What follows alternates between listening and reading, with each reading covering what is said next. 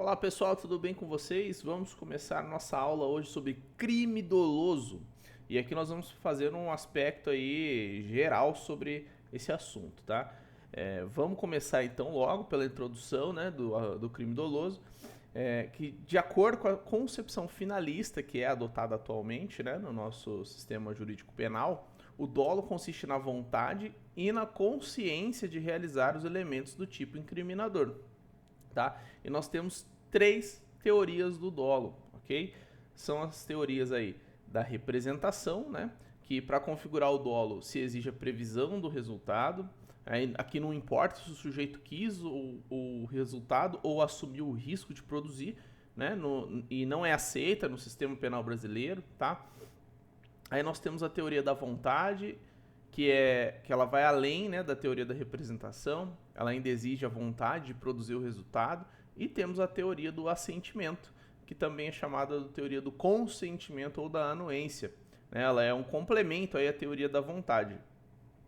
E somente existe dolo, né, para ela quando a gente quer o resultado e realiza a conduta assumindo o risco de produzi-lo. Ok? O Código Penal brasileiro, no caso, ele adota tanto a teoria da vontade quanto a do assentimento. Ele vai adotar a teoria da vontade quando ele diz que o agente quis o resultado e adota a teoria do consentimento quando diz que o agente assumiu o risco de produzi-lo. Está lá no artigo 18 do Código Penal, para quem quiser consultar. Então, né, passando aqui para os elementos do dolo, ele é composto por dois elementos: a consciência, que é o elemento cognitivo intelectual, e a vontade, que é o elemento volitivo. Esses dois elementos eles vão se relacionar em três fases diferentes. Tá? Na primeira fase existe a consciência da conduta e do resultado. No segundo plano, o sujeito manifesta sua consciência sobre o nexo causal entre a conduta a ser praticada e o resultado dela produzido. E por fim, o agente exterioriza a vontade de realizar a conduta e produzir o resultado. Para configurar o dolo, basta verificar então que o resultado se produz em conformidade com a vontade esboçada pelo agente no momento da sua conduta. E além disso, né, quanto ao nexo causal, a gente pode entender aqui que não é preciso que o iter criminis transcorra da forma idealizada pelo agente. O dolo ele vai existir se o objetivo for alcançado, ainda que de modo diverso. Aqui a gente pode usar como exemplo, né, aquele ele deseja matar B e efetua disparos de arma de fogo contra B. Mas por motivo, né, por erro de pontaria, ele não acerta os disparos, porém B, ao fugir, cai de um penhasco e morre. A forma não foi como A pretendia, mas o resultado sim, o resultado foi o resultado pretendido por A, e por isso ele irá responder, no caso do exemplo, por homicídio doloso. Né? Então, assim, caso verificada a ausência do dolo, também qualquer uma das elementares do crime será considerado erro de tipo. Passando aqui para o dolo natural e dolo normativo, o dolo natural, de acordo com a teoria finalista, ele é o resultado da consciência mais vontade.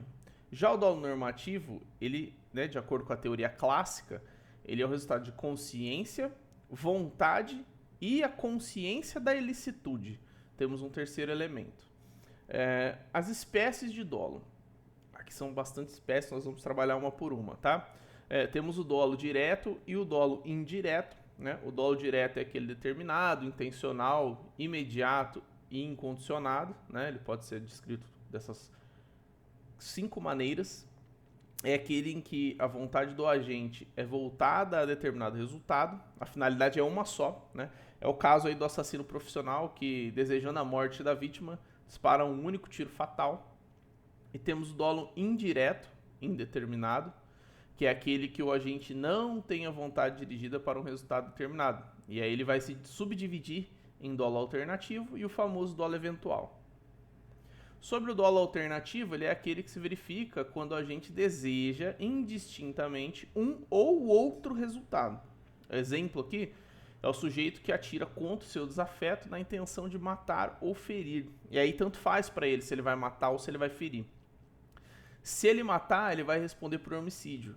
Se ele ferir, ele também vai responder por homicídio. Porque aqui o agente, ele quis, ele teve a intenção, ele teve desejo de produzir um ou outro resultado, mas ele sempre vai responder pelo resultado mais grave, ainda que de forma tentada. Então aqui, se ele feriu, ele não vai responder por lesão corporal, ele vai responder por tentativa de homicídio. E temos também o dolo eventual, que é a modalidade, né, que o agente não quer o resultado por ele previsto, mas assume o risco de produzi-lo. Então aqui nós temos um resultado que é previsto, que o agente não quis produzir, mas ele assumiu o risco de produzir. Isso são elementares importantes, principalmente a questão de ele prever o resultado e assumir o risco.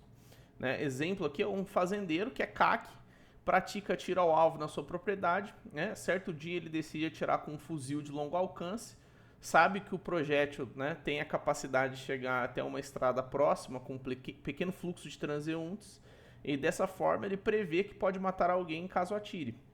Ele acaba insistindo na conduta, né, assumindo o risco, ou seja, ele previu que poderia, né, acertar alguém e matar, e mesmo assim ele insistiu na conduta e assumiu o risco. Aí o que ele faz? Ele atira, atinge um pedestre e esse pedestre vem a falecer. Nesse caso, ele vai responder por homicídio doloso, né, em decorrência do dolo eventual. E para a identificação do dolo eventual, existe a teoria positiva do conhecimento, né, que diz, né, entre outras palavras, seja assim ou de outra forma, eu vou agir do mesmo jeito e não estou nem aí para o resultado. É isso que você deve imaginar que o agente pensou. O dolo eventual nos crimes de trânsito, essa parte aqui é bem importante. A jurisprudência ela é farta no sentido de existir o dolo eventual na conduta de um agente responsável pelos graves crimes praticados na condução do veículo automotor. E isso acontece, gente, por diversos fatores, né? Campanhas educativas, acesso à informação, os avisos, né, que são dados para que seja evitado esse tipo de conduta, né? E aí nós temos exemplo, né, dos rachas e do excesso de velocidade em via pública. E apesar desses avisos e das consequências, o agente vai lá e pratica a conduta da mesma forma. Então, de acordo com o STF, por exemplo, o homicídio praticado na direção do veículo automotor no virtude de racha seria considerado homicídio doloso. Ele é considerado homicídio doloso. Quanto à embriaguez ao volante, que é outra situação particular, a aplicação do dolo eventual vai depender da análise do caso concreto. Né? Por exemplo, né? Quanto àquele que tomou uma lata de cerveja no almoço da família, ele perdeu levemente o controle do seu veículo e atropelou um pedestre, ele pode ter reconhecida a culpa consciente. Já aquele que tomou 1 litro de vodka no open bar, né, durante a madrugada e invadiu uma calçada atropelando um pedestre, ele vai responder pelo crime doloso em virtude do dolo eventual. Isso vai implicar onde? Na competência para julgar o crime, por exemplo, né? Se for constatado o dolo eventual, o crime vai ser julgado pelo tribunal do júri, porque, né, crime doloso contra a vida. Já no caso da culpa consciente, ele vai ser julgado pelo juiz singular, ok? Temos também o dolus bônus e o dolus malus.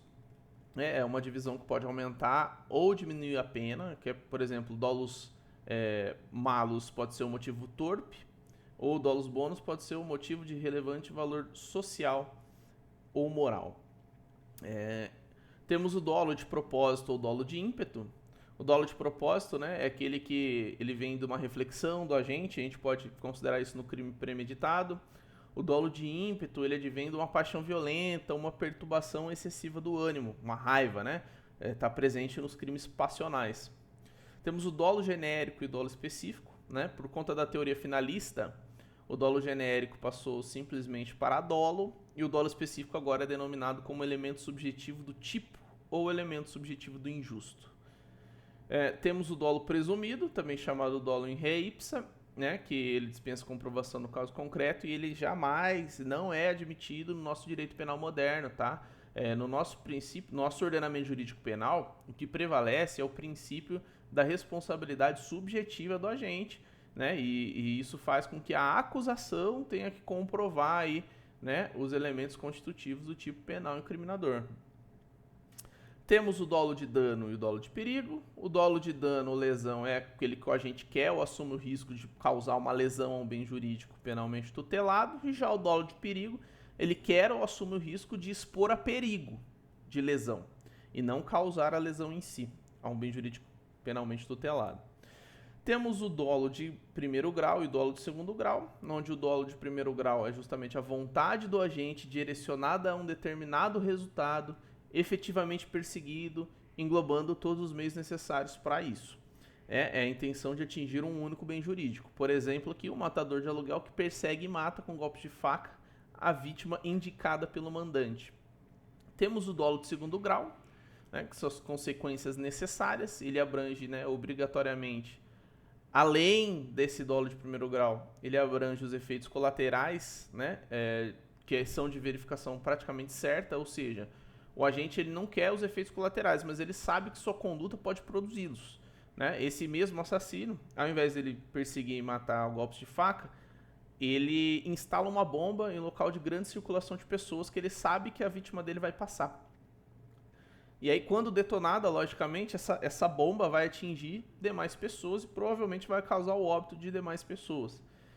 Mesmo que ele não queira atingir essas vítimas, é óbvio, né, que se a bomba explodir como planejado, ele vai acabar matando as demais pessoas que estão passando pelo local.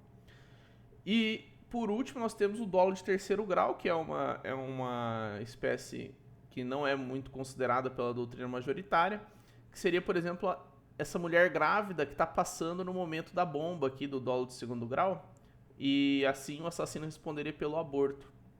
Mas, como eu disse, ela não é muito considerada pela doutrina majoritária. Mas, se cair na prova, você sabe, né, como responder. Temos o dolo geral, por erro sucessivo, ou dolo generalis, né? É o erro contra a execução do crime, né? Quando a gente pensa que já teria atingido seu objetivo, aí ele pratica outra conduta, e essa conduta sim dá causa ao resultado. E aqui é irrelevante para o direito penal, porque o que realmente importa aqui é que o agente queria o resultado e o alcançou. Aí a forma como ele alcançou independe, né? Pelo menos, né, numa primeira análise. O dolo antecedente, dolo atual e dolo subsequente. Temos o dolo antecedente, inicial ou pré-ordenado, né? Que ele existe desde o início da execução do crime e é suficiente para fixar a responsabilidade penal do agente. E aqui existe um posicionamento divergente, que seria, por exemplo, do Guilherme de Souza Nucci, dizendo que o dolo deve existir durante toda a execução do crime, devendo o agente agir sempre com o dolo atual. O dolo atual, esse que nós vamos ver agora, que é aquele que persiste à vontade do agente durante todo o desenvolvimento dos atos executórios.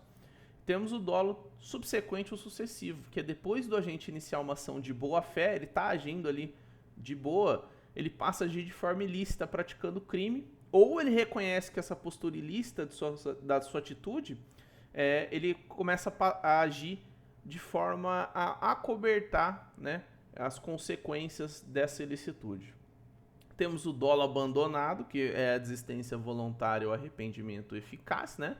O agente aqui, por sua vontade própria, ele não deseja mais o resultado, interrompe a execução do crime, que seria, no caso, a desistência voluntária, ou ele adota providências aptas a impedir a consumação do delito, caso já esgotada a fase executiva, que seria o arrependimento eficaz. Temos o dolo unitário ou global, né, que seria o crime continuado, por exemplo, são partes de crime, crimes parcelares, que eles vão integrar uma série continuada de crimes, e eles são partes de um plano previamente elaborado. Aqui temos o dolo, né, dolo unitário ou global. Aí temos o dolo nas contravenções penais, né, que é a mesma coisa do Código Penal, só que lá está descrito de outra forma, porque a lei de contravenções penais permanece a teoria clássica e não a teoria finalista. E aí, quando a gente analisa a definição de contravenção penal através da lei de contravenções penais, a redação está um pouco diferente do Código Penal. E aqui diz que para a configuração da contravenção penal, basta a ação ou a omissão voluntária. E aí, quando se fala em voluntária, refere-se à vontade, que é o elemento da conduta e também do dolo. Então, é a mesma coisa com outras palavras. A prova do dolo e teoria dos indicadores externos. Essa teoria ela vai unir aspectos material e processual do dolo, tá? É necessário analisar todas as circunstâncias ligadas à atuação do agente em 3 etapas distintas e sucessivas. Então, para a gente identificar o dolo aqui, é necessário a gente avaliar a demonstração do perigo ao bem jurídico, a visão que o agente tem sobre esse perigo e a decisão do agente sobre a realização do perigo, atacando o bem jurídico.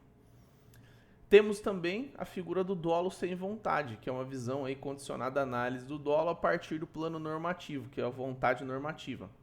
O intérprete, nesse caso, ele deve valorar se a ação ou omissão imputada ao agente viola a norma penal. Então, se o ato interno, que é a vontade psicológica, é oferida... Então, aqui, né, no caso, o ato interno, que seria a vontade psicológica, ele vai ser auferido a partir do ato externo, que é a vontade normativa. Ou seja, se o agente praticou aquilo que está descrito na lei como crime, subentende-se que ele teve a vontade psicológica, ok? Então, chegamos ao fim da nossa aula sobre dolo do Código Penal, né, do direito penal. Se você gostou, peço que você deixe o like. Se você não me conhece, se inscreve aqui no canal. Para quem não sabe, eu sou advogado e estou em preparação para concursos públicos de promotor de justiça e juiz de direito. E aqui eu venho fazendo aulas a partir dos resumos que eu crio a partir das minhas doutrinas. Por exemplo, o direito penal, eu estudo pela doutrina do professor Kleber Masson, que é promotor de justiça. Então eu tiro, né, as informações da doutrina, faço meus resumos e crio aulas, aí venho disponibilizar aqui para vocês. Então isso faz parte de uma rotina de estudos minha, ajuda na minha fixação e eu consigo contribuir também para o aprendizado de quem gosta de assistir videoaulas para aprender. Então, até o próximo vídeo, muito obrigado.